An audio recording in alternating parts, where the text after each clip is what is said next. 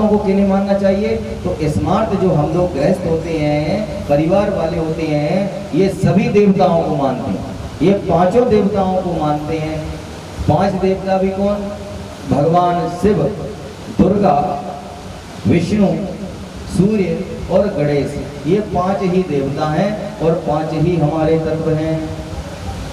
ये मनुष्य भी 5 तत्वों से है और देवता भी 5 तत्वों से हैं। एक एक तत्व के बोधक हैं एक एक देवता। क्षिति जल पावक गगन समीरा, क्षिति जल पावक गगन समीरा, पंच रचित है अधम शरीरा, पंच रचित है अधम शरीरा।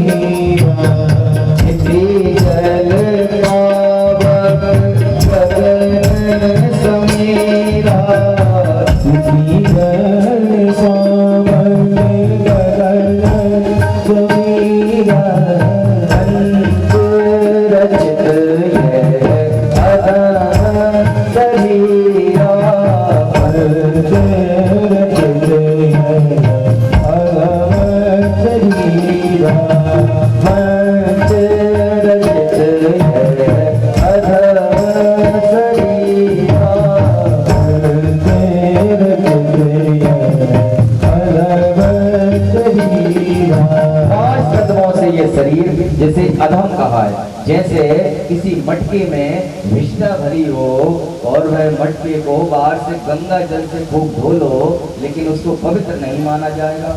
ऐसे ही ये मानव का शरीर है जिसके अंदर मलमूत्र आदि अनेक प्रकार की गंदगी भरी हुई है और इसी शरीर से मनुष्य प्रेम करता है, इतना प्रेम करता है कि शरीर के लिए वह इतना सुख में रखता है, लेकिन फिर भी जब अंत आ जाता है तो ये शरीर का त्याग करके वह परम आत्मा जो ईश्वर का अंश है इस शरीर को छोड़कर और दूसरे शरीर में प्रवेश करते हैं।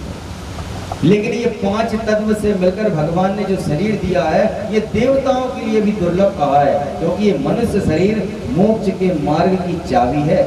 इस मानव शरीर से हम चाहे स्त्री हो चाहे पुरुष हो, अनेक ऐसे उदाहरण हैं जिनमें स्त्रियों ने और पुरुषों ने उस परम पद को प्राप्त किया है, जिस परम पद को प्राप्त करने के लिए संसार के बड़े बड़े सिद्ध मुनि महात्मा आदि प्रयासरत रहते हैं। आज भी नित्य जो लगे हुए हैं। भगवान शंकर जी स्वयं ही पहुंचे और पूछा कि भाई ये किस बात का उत्सव चल रहा है, तैयारी किस बात की चल रही है? तो मैना और हिमालय ने कहा कि हमारे पुत्री का विवाह हम भगवान शंकर जी से करने वाले हैं, भगवान शंकर जी से करने वाले हैं। तुमने कहा भाई शंकर जी में तुमने ऐसा क्या देखा कि तुम अपनी इतनी सुकुमारी इस कन्या का विवाह शंकर जी से कर रही हो?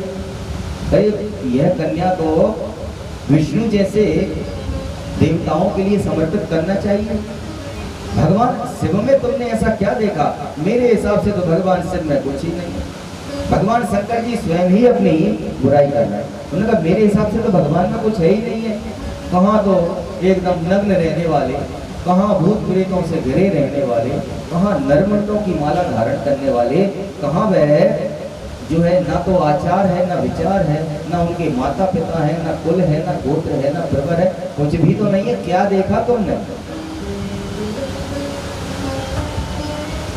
अब हिमालय तो जो है भगवान में निश्चित संकल्प कर चुके थे कि हम तो जो भी हो भगवान को अपनी पुत्री का दान करेंगे, लेकिन माता मैना के लिए मन में संशय हो गया कि यार ये इतने ब्रह्मचारी, इतने विचार इनने भगवान के कहे हैं, तो अब तो हमें तो ऐसा नहीं लग रहा कि अब पार्वती का विवाह उनसे करें। अब तो मैना देवी ने स्पष्ट कह दिया अपने स्वामी से कि हम अपनी पुत्री का विवाह इनसे नहीं कर रहे, कुछ भी हो जाए हम नहीं कर रहे। और ऐसे कोई माता पिता होंगे भी नहीं जो किसी ऐसी जगह अपनी पुत्री का विवाह करते हैं जिनके पास कुछ भी ना हो, जो भूत प्रेतों से घिरे हो। मैना देवी ने भी यही कह दिया। उनने समझाया भी कि देखो ये सब भगवान के शुभ लक्षण हो जाते हैं, वो लक्षण भी शुभ लक्षण में बदला जाते हैं, क्योंकि भगवान को जो भेष है भगवान का, ये अमंगल भेष भी मंगल को देने वाला है। भगवान शंकर जी का देखो प्रभाव कैसा है, एक दूसरे के शत्रु होते हुए भी एक दूसरे से मित्रवत व्यवहार कर रहे हैं। अपने घर में तो ऐसा है कि एक पिता के विपुल कुमारा पृथक पृथक गुणशील आचारा, 4 पुत्र हैं, चारों ही अलग अलग दिशाओं में भाग रहे हैं, आपस में उनकी बंधी है। लेकिन भगवान शंकर जी के देखो, भगवान शंकर जी का वाहन नंदी, माता का वाहन सिंह, दोनों आपस में शत्रु हैं। कभी किसी ने देखा है कि गाय की और शेर की मित्रता हो? नहीं होती। जहां सिंह को गाय मिलेगी, सिंह झपट्टा मार कर उस गाय को खा लेगा। लेकिन भगवान के सानिध्य में कहते हैं कि खरबूजे को देखकर खरबूजे का भी रंग बदल जाता है। एक पका खरबूजा हो और सारे कच्चे हो, कच्चे खरबूजे में एक पका रख दो, सब पक जाएंगे। ऐसे ही भगवान के संपर्क में जो जो प्राणी आते हैं, सिंह और नंदी, ये आपस में मित्र हैं भगवान के दोनों। यहाँ मयूर जो कहा है कार्तिक जी का वाहन, उसका भोजन मुख्य क्या है? उसका भोजन है सर्प। और भगवान की गली में कौन बैठे हैं? वासुकी। लेकिन यह भी यहाँ मित्र हैं, एक दूसरे के शत्रु नहीं हैं। ऐसे ही सर्प का भोजन होता है चूहा, और भगवान गणेश जी का वाहन है चूहा, लेकिन वे भी आपस में मित्र हैं, क्योंकि मुखिया मुख सो चाहिए। यदि घर का स्वामी सबसे एक समान व्यवहार रखता है, किसी से कम या अधिक नहीं। और कहीं कहीं तो होता है कि किसी एक से अधिक प्रीति होती है, और एक दो तो घर में ऐसे निकलते हैं कि दिन भर में 10-20 गाली न खा लें माता पिता की, जब तक उनका पेट नहीं भरता। भगवान की कृपा प्राप्त यदि हो जाए तो शत्रु भी मित्र हो जाते हैं।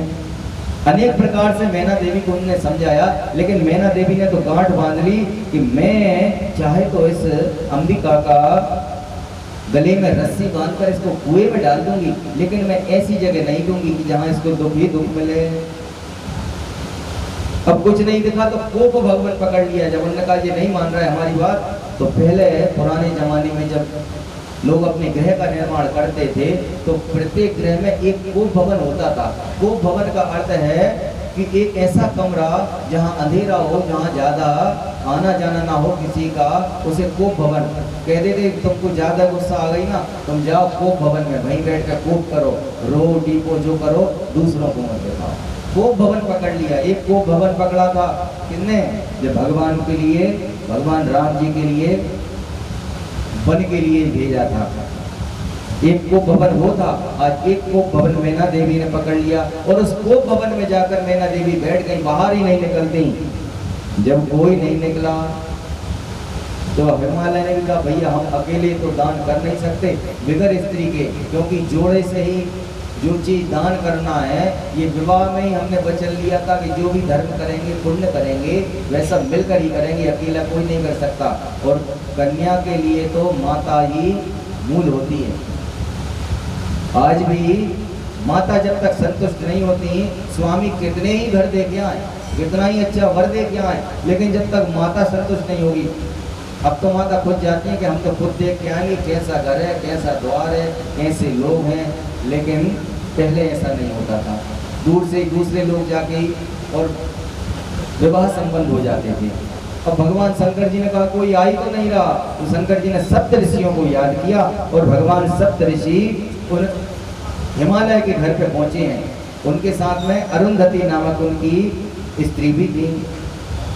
और जब हिमालय के यहाँ पहुंचे तो हिमालय ने उनकी आव भगत की, कही प्रभु आइए आप पधारिए। उन्होंने कहा सब ठीक है, ये बताओ भगवान शंकर जी के विवाह का मुहूर्त निकालने आए हैं। तो उन्होंने कहा मुहूर्त जब निकलेगा जब हमारी जो है ये मैना रानी तैयार हो जाएंगी। ये तो ये मना कर रही है कि विवाह नहीं करेंगे। उन्होंने कहा आप ही समझाओ, आप गुरुवर हैं, आप ऋषि हैं, आप संपूर्ण ज्ञान रखने वाले हैं, आप ही समझाओ। मैं तो अपने मन से भगवान के लिए अपनी पुत्री का दान करना चाहता हूँ। तो सप्त ऋषियों ने वशिष्ठ ऋषि ने अपनी स्त्री अरुंधति से कहा कि तुम जाओ और कोप भवन से उन्हें बाहर लेकर आओ। और अरुंधति गई है फिर वो भवन में। तो जैसे ही अंदर गई अरुंधति तो उन्होंने कहा कि हे मैना, मैं वशिष्ठ ऋषि की पत्नी अरुंधति तुम्हारे यहाँ आई हूँ। जैसे ही अरुंधति की बात सुनी तो मैना ने तत्क्षण अपने शोक का त्याग किया, अपने आंसू पहुंचे और उठकर उन्हें प्रणाम किया। अच्छा, साधारण भी घरों में ऐसा होता है कि पति पत्नी की कितनी लड़ाई हो, पत्नी कितनी रो रही हो और अचानक से यदि कोई मेहमान आ जाए तो फिर तो इतने जल्दी आंसू पहुंच के किसी को पता ही नहीं चलेगा कि इनके यहाँ क्या हुआ। ऐसा नियम भी कहते हैं कि जब कोई अतिथि आ जाए तो अतिथि के आगे अपना दुख मत रो। फिर तो ये अरुंधति थी साक्षात सप्तऋषियों में से वशिष्ठ ऋषि की पत्नी, तो उनका उचित सम्मान किया। उन्होंने कहा मैं ना अपना शोक त्याग करो, मेरे साथ में ये सप्तऋषि भी आए, तो आप उनके पास चलो और वह सप्तऋषि तुमको कुछ बात बताना चाहते हैं, यह सब समझ लो।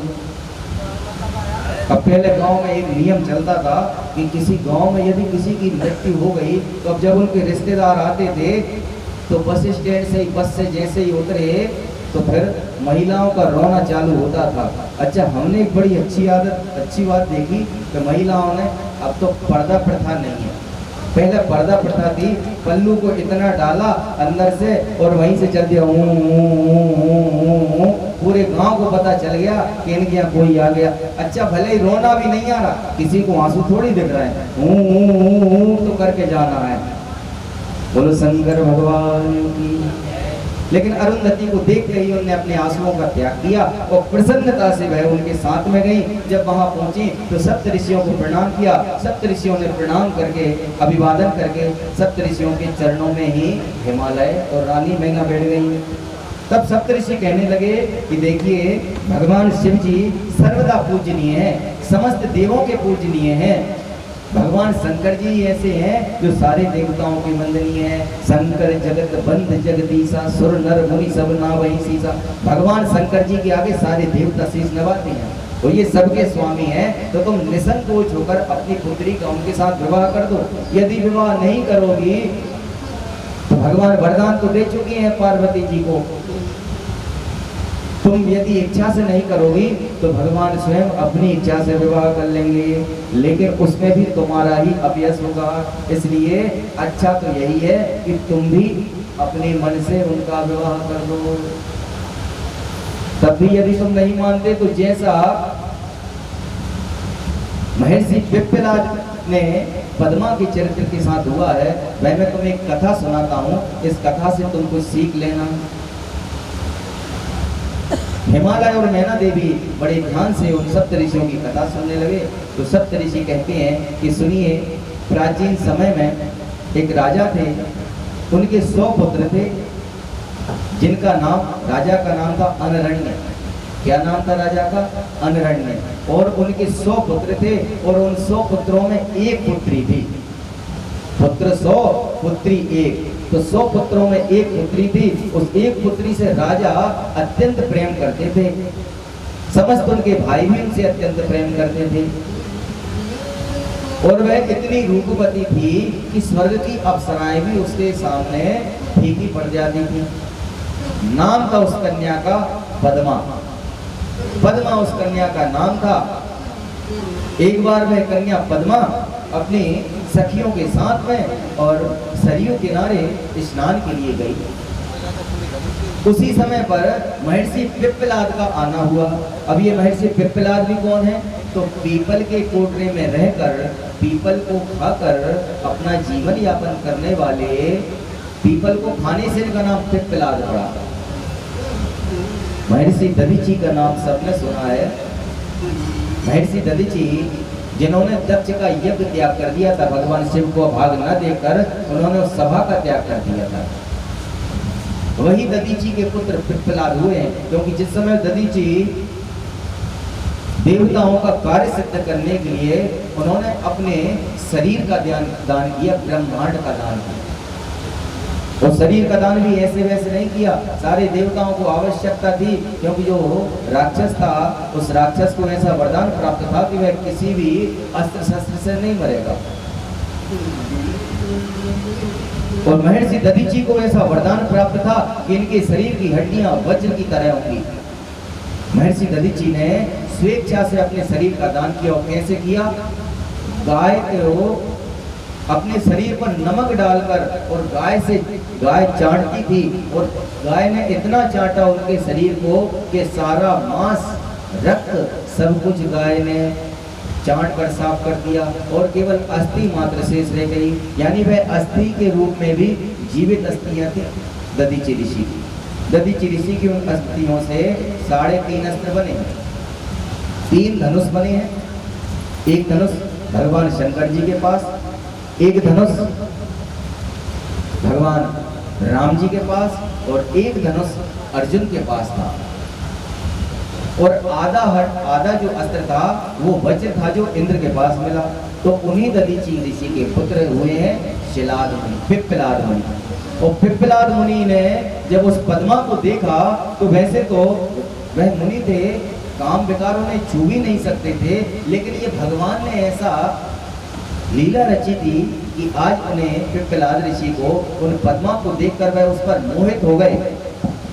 और मोहित ऐसे हुए कि आसपास के नर नारियों से पूछा कि बताओ ये कौन है और कहाँ रहती है। तो वहाँ के नर नारियों ने डर के कि ऐसा ना हो साधु हमको श्राप दे दें, श्राप से सब डरते हैं। तो डर के उन्होंने कहा कि ये हमारे राजा अनरण्य की पुत्री पद्मा है, और यह पद्मा है इनके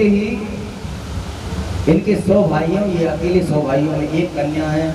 तो पिप्पलाद ने कहा कि ठीक है भाई, बताओ राजमहल कहाँ है। तुमने कहा चले जाओ ये सीधा रास्ता पकड़कर राजमहल के लिए। पिप्पलाद ऋषि ने चल दिए। और जब राजमहल में पहुंचे तो राजा अनरण्य सभा में बैठे हुए थे, समस्त उनके साथ में उनके प्रजाजन थे, उनके बंधु बांधव आदि थे। जब पिप्पलाद ऋषि वहां पहुंचे तो महर्षि को आया हुआ देखकर और राजा अनरण्य ने उनका विधि पूर्वक सत्कार किया, पाद प्रक्षाल किया, उचित आसन प्रदान किया और आगमन का कारण पूछा। तो महर्षि पिप्पलाद ने कहा कि देखो राजन, मैं तुमसे कुछ मांगने आया हूँ, कुछ लेने आया हूँ। पिप्पलाद ने कहा कि आज्ञा दीजिए, मैं आपके लिए क्या कर सकता हूँ। पिप्पलाद ऋषि ने कहा कि मुझे तुम्हारी एक कन्या चाहिए, तुम इसका दान मुझे कर दो। बोलो शंकर भगवान की। जैसे ही ऋषि की यह बात सुनी तो राजा का तो खुला का खुला मुंह रह गया। उन्होंने कहा ये क्या कह रहे हैं, ये तो महात्मा होकर ऋषि होकर और मेरी पुत्री को मांग रहा है। और उन्होंने कहा ये भी सुन लो, यदि तुमने नहीं दिया तो मैं तुम्हारे सारे राज्य को ही नष्ट कर दूंगा, श्राप देकर सभी तुम्हारे 100 पुत्र राज्य सब नष्ट हो जाएगा। अब या तो कन्या का दान करो, नहीं सब कुछ मेरे श्राप के द्वारा नष्ट हो जाएगा। अब तो इतनी दुखी हो गए राजा रोने लगे, रानी रोने लगी, और राजा और रानी को रोता देखकर उनकी प्रजाजन भी रोने लगे। अब तो सबको बड़ा दुख हो रहा कि हमारी इतनी सुकुमारी कन्या को हम किस तरह से ऋषियों को दे दें।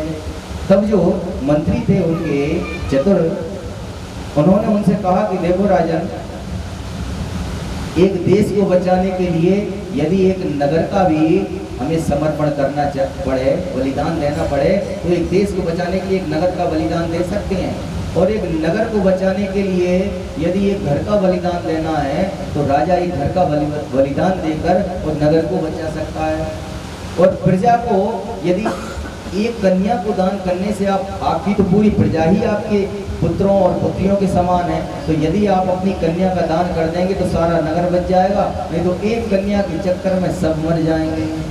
राजा को अपने मंत्रियों की बात उचित जान पड़ी और उन्होंने संकल्प पूर्वक अपनी पुत्री पद्मा का दान उन ऋषि पिप्पलाद को कर दिया। और ऋषि पिप्पलाद भी उस कन्या को पाकर प्रसन्न हो गए और वहां से चले गए। अब राजा ने जब अपनी पुत्री का दान कर दिया तो महान शोक से व्याकुल हो गए। उन्होंने अपने राज्य का त्याग कर दिया, अपने पुत्र को राज्य सौंपकर, और उन्होंने जंगल की ओर चले गए, वनगमन कर लिया। अब यहाँ राजा चले गए, रानी मूर्छित हो गई, पुत्र मूर्छित हो गए, प्रजा भी बार बार शोक से मूर्छित हो जाती थी। इस तरह से पद्मा को पिप्पलाद ऋषि को दान करके और उन राजा ने अपना राज्य बचाया। यदि ऐसे ही तुमने दान नहीं किया भगवान को तो भगवान अपने सामर्थ्य के द्वारा पार्वती जी को प्राप्त कर लेंगे। उस कथा को सुनकर मैना देवी ने कहा तो फिर उस पद्मा और पिप्पलाद का आगे क्या हुआ, हमें वह भी तो सुनाइए पूरी तरह से। तब उन्होंने कहा कि ठीक है सुनो, अब उनके आगे का चरित्र मैं तुमसे कहता हूँ। वही पद्मा पतिव्रत धर्म का उत्तम आचरण करती हुई अपने पति की सेवा में पारायण हो गई। पिपलाद तो क्षणिक थे, वह तो आकर महात्मा है, महात्माओं का काम तो क्या है, केवल भगवान का भजन करना, ठाकुर जी की सेवा करना, और वह भी उसी में लग गए। और पद्मा भी नित्य अपने पति को ही परमेश्वर मानकर और उनकी सेवा में लग गई। वह भजन करते तो वह उनके भजन के लिए आसन करती, बुहारी करती, पूजन करते तो उनके लिए लकड़ियां लाती, जल लेकर आती, पुष्प लेकर आती, और पूरी तरह से अपने पति की सेवा भाव में लग गई और नित्य भगवान का हृदय से स्मरण करने लगी। अब एक दिन धर्म ने सोचा कि क्यों ना इन पद्मा की परीक्षा ली जाए, क्योंकि बहुत दिन हो गए ये अपने पति की सेवा कर रही हैं, और धर्म हमेशा परीक्षा लेता है। अपन जब भी कोई पुण्य करो, कोई तपस्या करो, कोई व्रत करो, अनुष्ठान करो, तो धर्म अपनी तपस्या का धर्म परीक्षा लेने जरूर आएगा। उस परीक्षा में यदि पास हो गए तो ठीक है, और फेल हो गए तो फिर भगवान की इच्छा है। धर्म आए पद्मा की परीक्षा लेने, तो धर्म ने एक सुंदर राजकुमार का वेश धारण किया, और सुंदर राजकुमार का वेश धारण करके वह पद्मा के पास पहुंच गए। रथ से उतरे और पद्मा को रोक लिया। पद्मा उस समय पर जल लेने आई थी अपने पति की पूजन के लिए। रोका कि अरे पद्मा, तुम इतनी नवयौवना होकर और कहाँ उस जो है बूढ़े ऋषि के साथ रह रही हो? अरे तुम्हें तो आज नहीं, उसको तो कल मरना ही है, कुछ समय बाद मर जाएगा। तुम अपना ये रूप यौवन क्यों खराब कर रही हो? तुम्हारे लिए तो हमारे जैसे राजा के पास रहो, हमारे पास चलो, सारे सुख, सारे ऐश्वर्य, सब कुछ हम तुम्हें प्रदान करेंगे। तो पद्मा ने कहा कि अरे दुष्ट, तुम कौन हो जो मेरा मार्ग रोक रहे हो? जल्दी से मेरे सामने से हट जाओ, नहीं तुम्हें श्राप दे दूंगी। धर्म ने थोड़ा और सोचा कि अरे तुम ऐसे नहीं मान रही। हाथ पकड़ना चाहा कि मैं तुम्हें, चलो पकड़ के बलात् मैं तुम्हें अपने रथ में बिठा लेता हूँ, हरण कर लेता हूँ। तो जैसे ही धर्म ने हाथ बढ़ाना चाहा, पद्मा 2 कदम पीछे हटकर पद्मा ने श्राप दिया दिया कि अरे दुष्ट, मुझ जैसी पतिव्रता स्त्री में कामासक्त होकर जो तुम जी दृष्टि डाल रहे हो, जाओ मैं श्राप देती हूँ, तुम्हारा क्षय हो जाए। बोलो शंकर भगवान की। जैसे ही उनका क्षय हो जाए तो तत्क्षण ही धर्म प्रकट हो गए। माता माता माता कहने लगे, हे माता, मैं तो आपकी परीक्षा लेने आया था, मैं तो स्वयं धर्म हूँ, मेरा भाव आप में कदापि दूषित नहीं है, मैं तो आपकी परीक्षा ले रहा था। पद्मा ने कहा कि हाय, तुमने ऐसा क्यों किया? अब मैं तो श्राप दे चुकी हूँ, तुम्हें ऐसा नहीं करना चाहिए था। लेकिन ये भी मैं सत्य कहती हूँ कि मेरा श्राप निष्फल नहीं जाएगा, और यदि मेरा श्राप तुम्हें लग गया तो मैं तो बड़ी पाप की भागी हो जाऊंगा, क्योंकि धर्म से ही ये संसार चलता है, और यदि संसार में धर्म ही नहीं रहा तो संसार चलेगा कैसे? संसार ही नष्ट हो जाएगा, और संसार नष्ट हो जाएगा तो फिर मेरे लिए बड़ा पाप लगेगा। इसलिए अब मैं अपने श्राप को वापस तो नहीं ले सकती, लेकिन मैं इसका उपाय बता देती हूँ, इसका कुछ हल कर देती हूँ, कुछ इसमें संशोधन श्राप में कर देती हूँ। तो मेरा जो श्राप है, सतयुग में तो 4 पैर तुम्हारे रहेंगे, क्योंकि यदि सतयुग में एक पद भी चला गया तो धर्म, फिर सतयुग तो फिर कैसे रहेगा? इसलिए सतयुग में 4 पद रहेंगे। जब त्रेता आ जाएगा तब तुम्हारा एक पद चला जाएगा। त्रेता में ही फिर राक्षसों ने आना प्रारंभ हुआ। कितने राक्षस आए? कहीं जो है रावण आया, और भक्त प्रहलाद के जो पिता थे हिरण्याकश्यप आए, हिरण्याक्ष आए, अनेक राक्षस आए त्रेता में, क्योंकि धर्म का ह्रास हुआ है, एक पद धर्म का चला गया।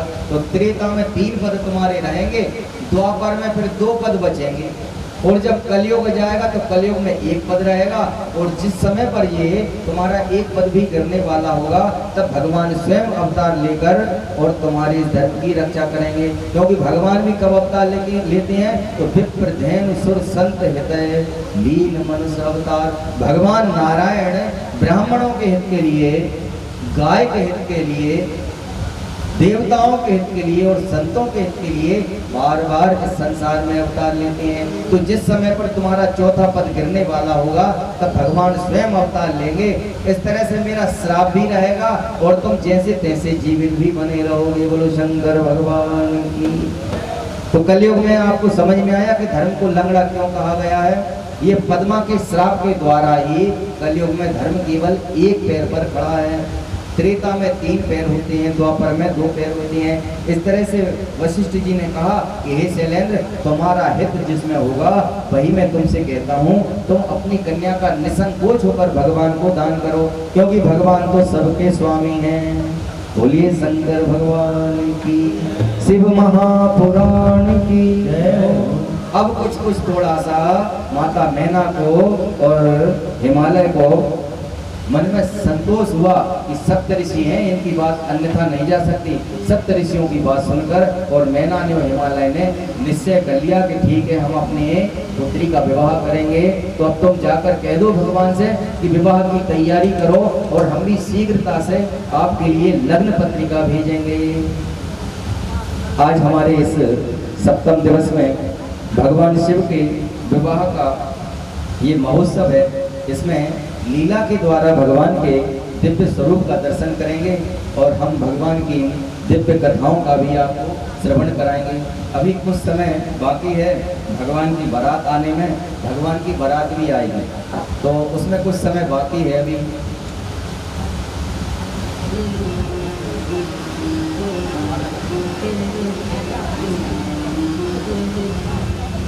थोड़ी देर बाद हमारे इस आयोजन में भगवान शंकर जी यहाँ बारात लेकर आएंगे। तो जिस समय पर भगवान शंकर जी की विवाह की तैयारी चल रही थी, राजा हिमाचल ने अपने कुल पुरोहित को बुलाया। और राजा हिमाचल के कुल पुरोहित कौन है? गर्ग ऋषि राजा हिमाचल के कुल पुरोहित हैं। विधिवत उनसे लग्न पत्रिका लिखाई गई और लग्न पत्रिका लिखाकर उन्होंने अपने कुल पुरोहित को और साथ में कुछ अपने राज्य के बंधुओं को वहां पर भेजा। लग्न पत्रिका भगवान शंकर जी के यहाँ चली गई। भगवान शंकर जी के यहाँ जब लग्न पत्रिका आई, भगवान ने उन कुल पुरोहित का बड़ा सम्मान किया। अब पुरोहित पहुंचे, पुरोहित को अभी ये पता नहीं है कि भगवान की माया क्या है। तो पुरोहित मन में ये सोच के आए थे कि अपन चल तो रहे हैं लग्न पत्रिका लेके, लेकिन विदाई में क्या मालूम अपन को क्या मिलेगा। क्योंकि आज भी जब कहीं से पुरोहित आते हैं हमारे यहाँ लग्न पत्रिका लेके, तो ऐसा नियम है कि हम लोग उनकी विदाई करते हैं। यहाँ से कुछ ना कुछ उनको देते हैं, यथाशक्ति भेंट देते हैं, वस्त्र देते हैं, मिष्ठान आदि देते हैं। तो उन्होंने सोचा कि इनके पास तो कुछ है ही नहीं, अपन को मिलेगा क्या। भगवान समझ गए। भगवान ने कहा ठीक है। जब सब हो गया, उन्होंने कहा भगवान नंदी से कहा, नंदी जी इनको कुछ दक्षिणा तो दे दो। उन्होंने कहा नहीं भगवान, हमें नहीं चाहिए।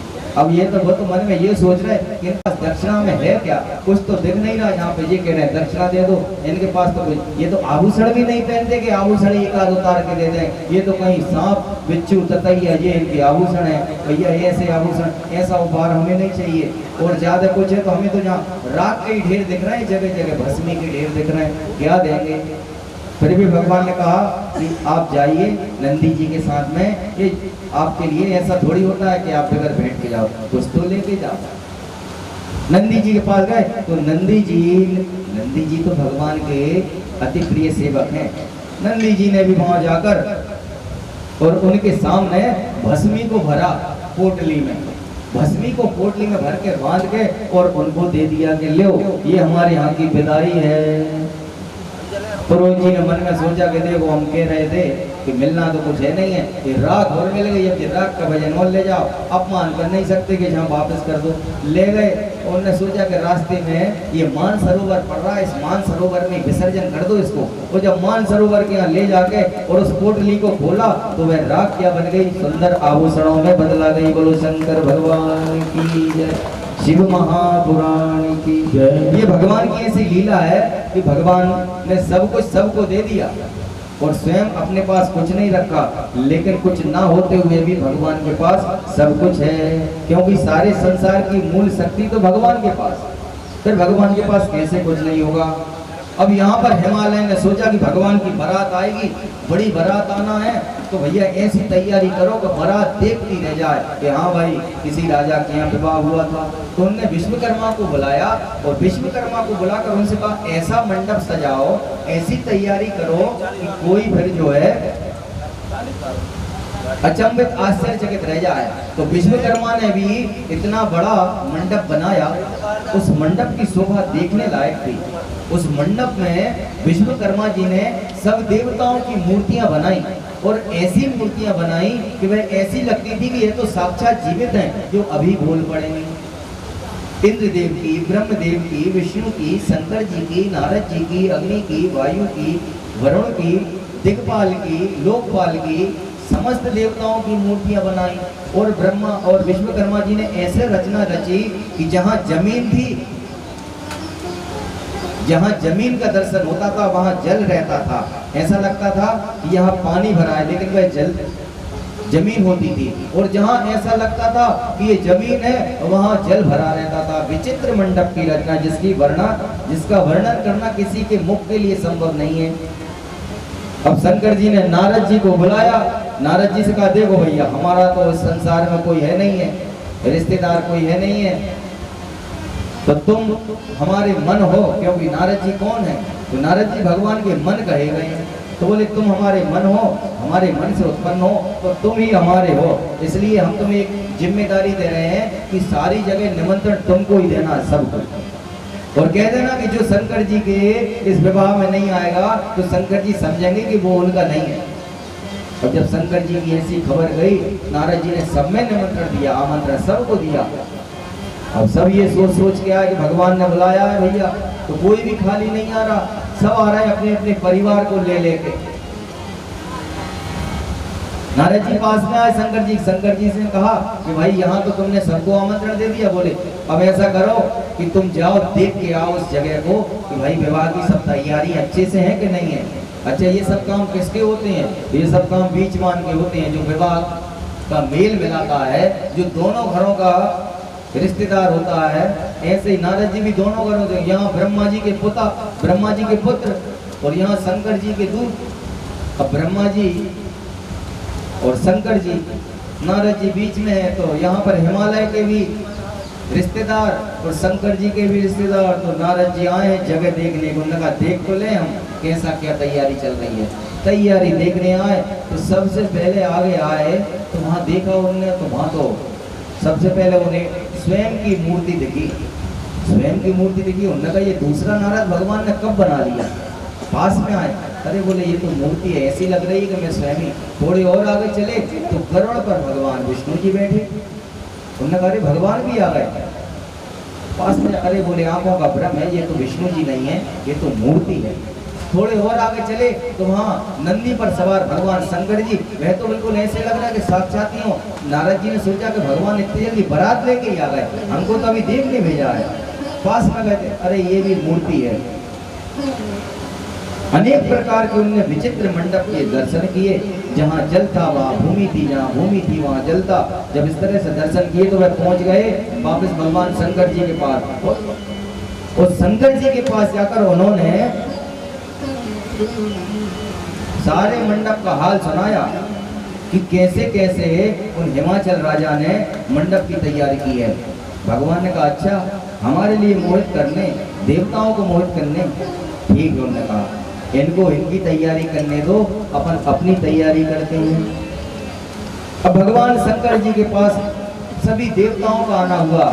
लक्ष्मी जी, विष्णु जी, इंद्र आदि समस्त देवता अपने अपने गणों को लेकर परिवार सहित इधर हिमाचल के यहाँ भी समस्त पर्वतों को, नाना गंधमादन पर्वत, हिमाचल पर्वत के यहाँ जितने भी संसार के पर्वत थे, सब पर्वत अपने अपने परिवार को लेकर आए और कोई खाली हाथ नहीं आया, सब उपहार ले लेकर आए। तो आज भी हमारे यहाँ विवाह संस्कार में ये नियम है कि जो हमारे मेहमान होते हैं वह कुछ ना कुछ वर वधू को उपहार लेके आते हैं।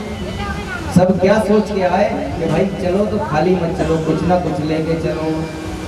अनेक जितने भी पर्वत थे सभी पर्वत हिमाचल के पास आए और यहाँ पर भगवान शंकर जी के पास सभी देवता आए। और विवाह की सामग्री का वर्णन आया है, तो विवाह की सामग्री में जब भंडार के लिए व्यवस्था की है तो वहाँ बड़े बड़े भोजन की सामग्रियों के पहाड़ के पहाड़, क्योंकि अब कितने देवता हैं पता नहीं, कितनी बड़ी बारात है। अब आजकल तो पहले तय हो जाता है भाई कितने आदमी आएंगे। उन्होंने कहा भाई आप तो सिर्फ 50 लोग लेके आओ। और अभी कुछ समय पहले ऐसी महामारी आई थी कि सरकार ने कर दिया कि भाई 20 लोगों से ज्यादा कोई विवाह में ना हो। तो कुछ लोग तो कहते थे कि हम तो बैठ के गिन रहे हैं कि 21 जैसे ही हो गया, तो हमने थाने में फोन किया कि इनके 21 जने हो गए। बोलो शंकर भगवान की। यहाँ गिनती की कोई संख्या ही नहीं थी। अनेक प्रकार की सामग्री, बड़े बड़े पहाड़ लग रहे थे, शक्कर के, चावल के, गुड़ के, नाना प्रकार की खाद्य सामग्री। और यहाँ पर विवाह की मंडप की रचना देखी। भगवान शंकर जी की यहाँ बारात तैयार हो गई। बारात भी तैयार होकर, और जब वहां से बारात चली, भगवान शंकर जी ने देवताओं से सबसे कह दिया कि एक काम करो, तुम लोग आगे जाओ। आज भी जब बारात चलती है तो सबसे आगे भद्र पुरुष होते हैं। भद्र पुरुष का अर्थ जानते हैं? तो कहा बड़े बूढ़े जो घर के होते हैं, तो जहाँ डीजे बज रहा हो, जहाँ ढोल नगाड़े बज रहे हो, तो उससे कम से कम 50 फीट आगे चलते हैं घर के बड़े बुजुर्ग जो बारात में जाते हैं। क्यों? उनसे तो उसकी आवाज ही सहन नहीं होती, नृत्य करना आता नहीं है। यदि करेंगे भी, धोखे धड़ाके से गिर गए तो हाथ पांव और टूट जाएंगे। बोलो शंकर भगवान। इसलिए वृद्ध आदमी सबसे आगे बारात में रहते हैं कि भाई तुम लड़क बचो और पीछे नृत्य करो, जो करना है वो करो।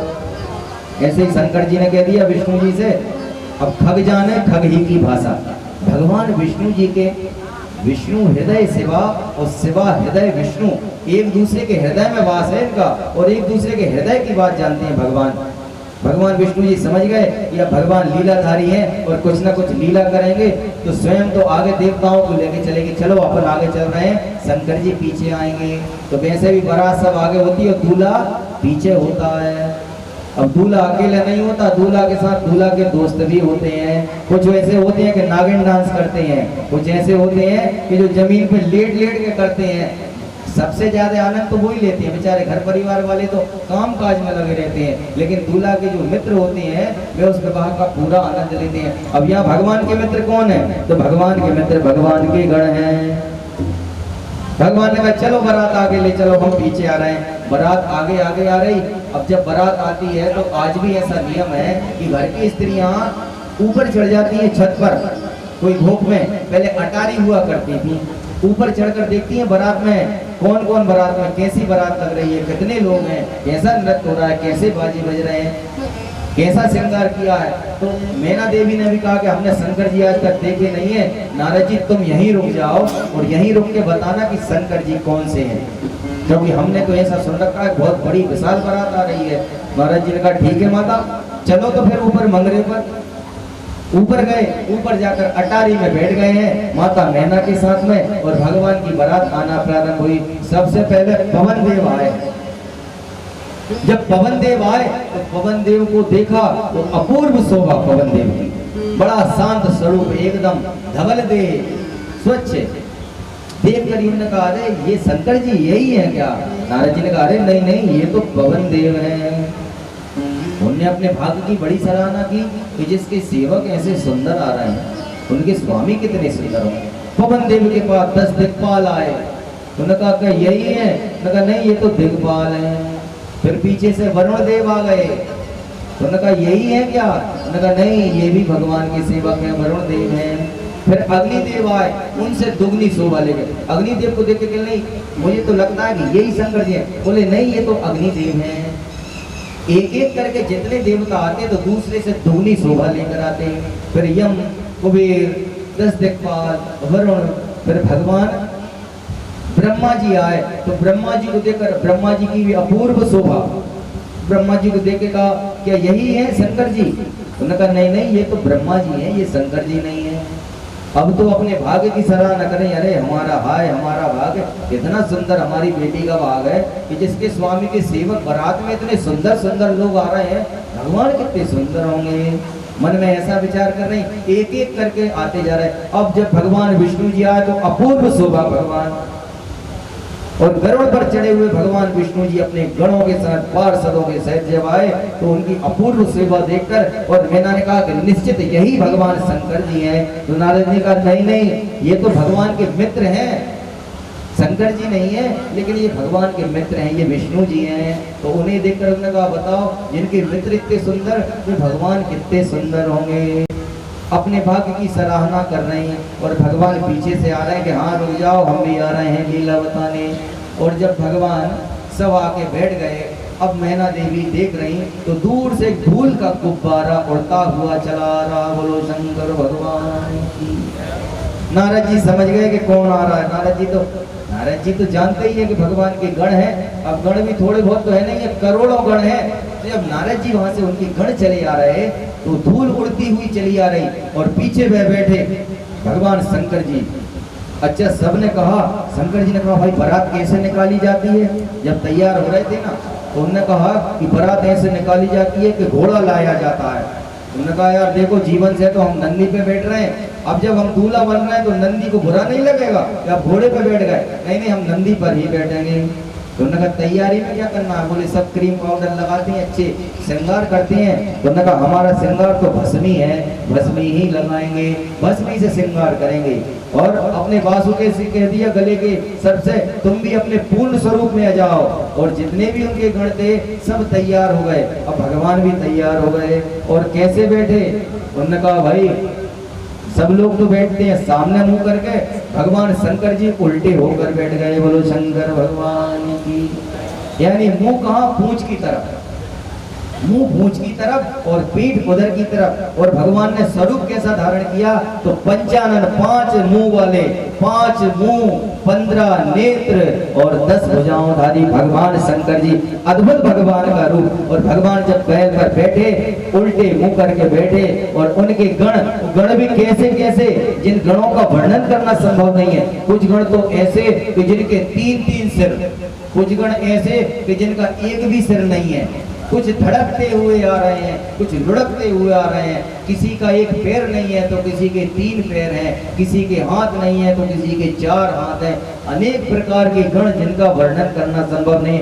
और सब धूल मचाते हुए, उड़ाते हुए, नाचते हुए, भांग पीते हुए, चिलम पीते हुए चले आ रहे हैं। और भगवान शंकर जी भी मस्त होकर उनमें, हाँ हमारे गणों के साथ चले आ रहे हैं। मैना देवी ने कहा ये धूल का गुबार दिख रहा है बहुत। नारद जी ने कहा थोड़े ध्यान से देखो, अभी शंकर जी दिखेंगे। और जैसे ही शंकर जी के दर्शन हुए, शंकर जी के दर्शन हुए, शंकर जी, नारद जी ने कहा देखो वो आ गए भगवान, ये हैं शंकर जी। और जैसे ही मैना की दृष्टि पड़ी कि 5 मुंह 15 नेत्र भयंकर भयंकर सब देख कर वह मूर्छित होकर जमीन पर गिर गई। बोलो शंकर भगवान, शिव महापुराण की।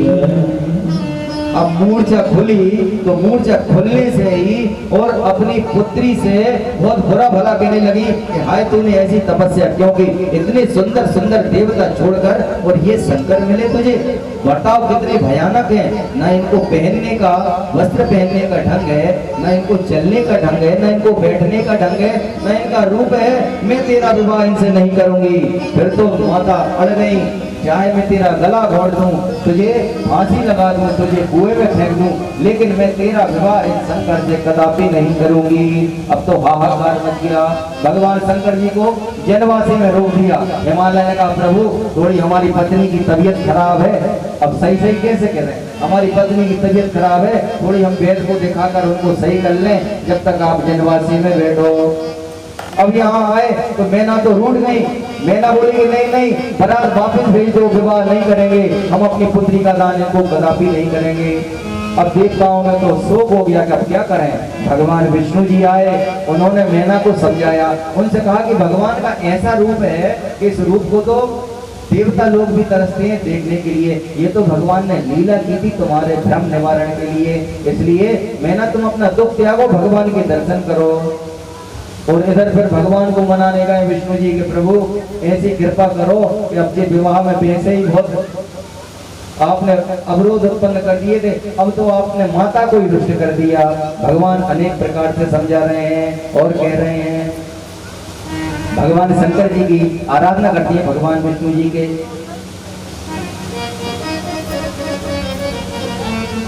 भगवान कहते हैं शिव शंकर भोले भाले भोले भक्तों के रखवाले, तुमको लाखों प्रणाम, तुमको मेरा प्रणाम, तुमको लाखों प्रणाम, तुमको मेरा प्रणाम। शिव शंकर भोले भाले भोले भक्तों के रखवाले, तुमको लाखों प्रणाम। तुमको मेरा प्रणाम, तुमको लाखों प्रणाम, तुमको मेरा प्रणाम, तुमको लाखों प्रणाम, तुमको मेरा प्रणाम।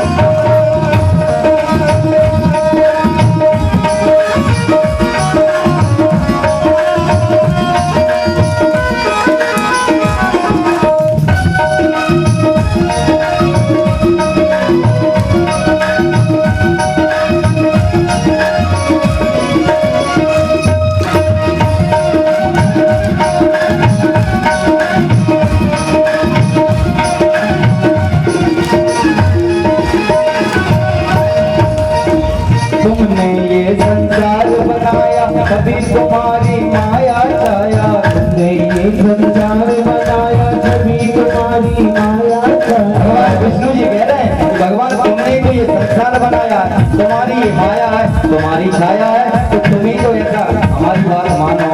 तुमने ये संसार बनाया कभी तुम्हारी माया छाया, तुमने ये संसार बनाया कभी तुम्हारी माया छाया। सर्वों की माला वाले, सर्वों की माला वाले, कैलाश पर्वत वाले, कैलाश पर्वत वाले, सर्वों की माला वाले, कैलाश पर्वत वाले, तुमको लाखों प्रणाम, तुमको मेरा प्रणाम, तुमको लाखों प्रणाम, तुमको मेरा प्रणाम। शंकर भोले वाले भक्तों के रखवाले, तुमको लाखों प्रणाम, तुमको मेरा प्रणाम, तुमको लाखों प्रणाम, तुमको मेरा प्रणाम।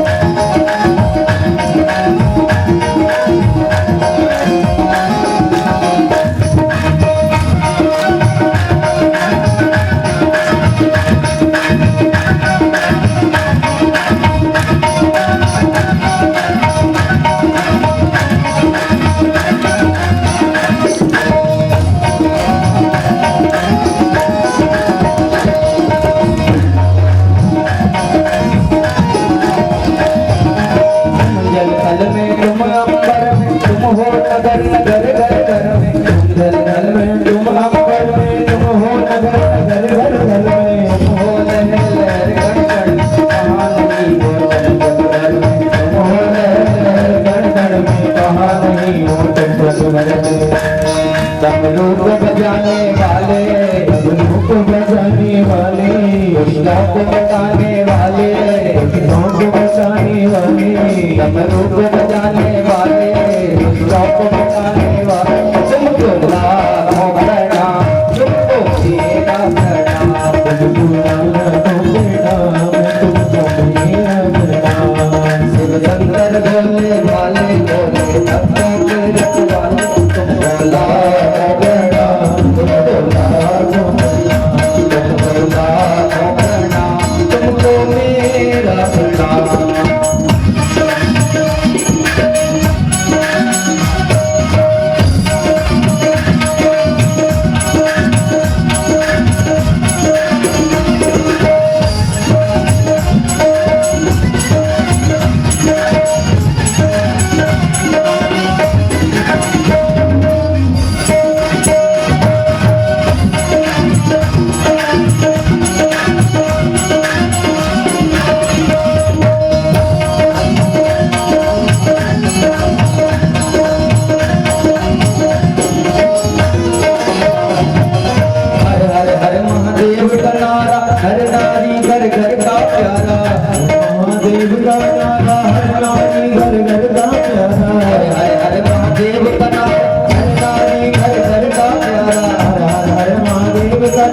हर नारी हर घर का प्यारा, दीप तुम्हारा तेल तुम्हारा, दीप तुम्हारा तेल तुम्हारा, दुनिया का सब खेल तुम्हारा, दुनिया का सब खेल तुम्हारा।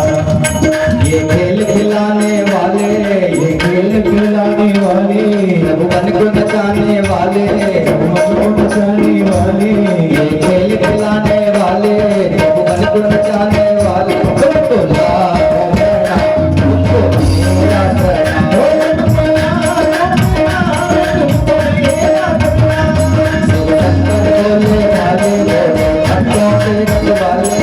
शंकर भोले वाले मोरे भक्तों के रखवाले, तुमको लाखों प्रणाम, तुमको मेरा प्रणाम, तुमको लाखों प्रणाम, तुमको मेरा